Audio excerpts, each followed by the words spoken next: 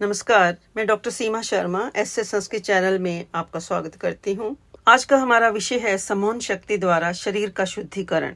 सम्मोहन इस शक्ति को पर्सोनल अथवा एनिमल मैग्नेटिज्म यानी प्राणी की विद्युत और फारसी में शख्सी मिकनातीस या कशिश रूहानी कहते हैं।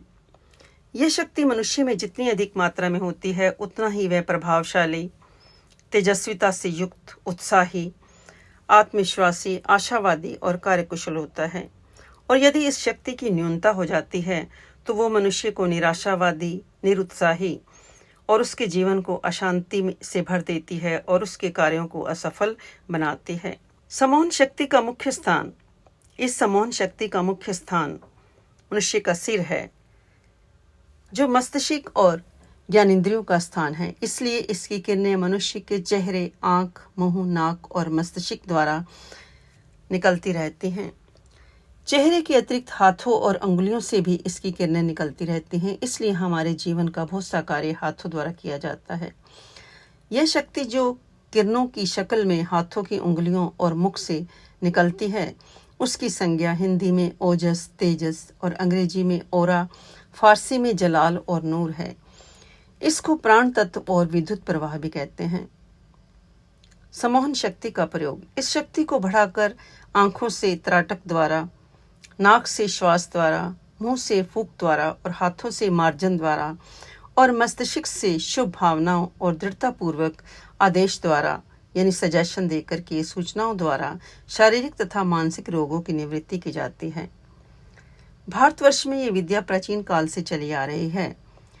पाश्चात्य देशों में इसका आधुनिक आविष्कार मेस्मेरिज्म और हिप्नोटिज्म के नाम से जाना जाता है। यूरोप में सबसे प्रथम ऑस्ट्रिया के वीना नगर के एक व्यक्ति मेस्मर ने लगभग 1770 में ये सिद्धांत ढूंढा था कि मनुष्य के हाथ की उंगलियों के अग्रभाग से विद्युत प्रवाह अर्थात अदृश्य शक्ति निकलती है, जो रोगी के शरीर में प्रविष्ट होकर उसका रोग निवारण करती है। इसका नाम उसने एनिमल अथवा पर्सनल मैग्नेटिज्म यानी प्राणी का विद्युत प्रवाह रखा। उसी मेस्मर के नाम पर इस विद्या का नाम मेस्मेरिज्म और इसके प्रयोगकर्ता का नाम मेस्मेराइजर प्रचलित हो गया।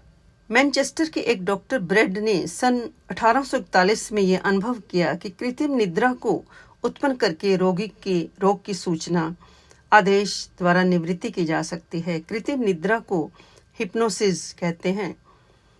इसलिए इसी नाम के आधार पर इस विद्या का नाम हिप्नोटिज्म और इस विद्या के प्रयोगकर्ता का नाम हिप्नोटिस्ट प्रचलित हो गया।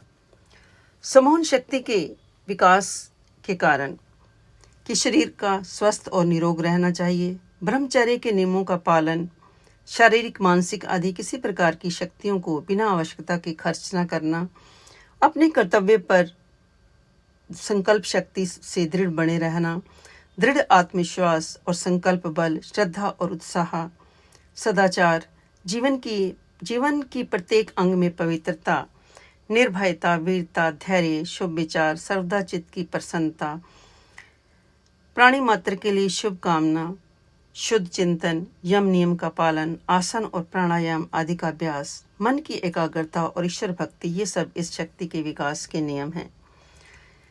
सम्मोहन शक्ति के ह्रास के कारण कि शरीर तथा मन का अस्वस्थ और रोगी होना, ब्रह्मचर्य के नियमों का उल्लंघन, शारीरिक और मानसिक शक्तियों का बिना आवश्यकता व्यर्थ व्यय करना, कायरता, निरुत्साह, दुराचार, भय, काम, क्रोध, मोह, लोभ, राग, द्वेष, ईर्ष्या, घमंड, घृणा, निर्दयता, दूसरों का अहित चिंतन, चित्त की चंचलता, अशांति, यम नियमों का उल्लंघन और नास्तिकता, ये सब इसी शक्ति के ह्रास के कारण हैं।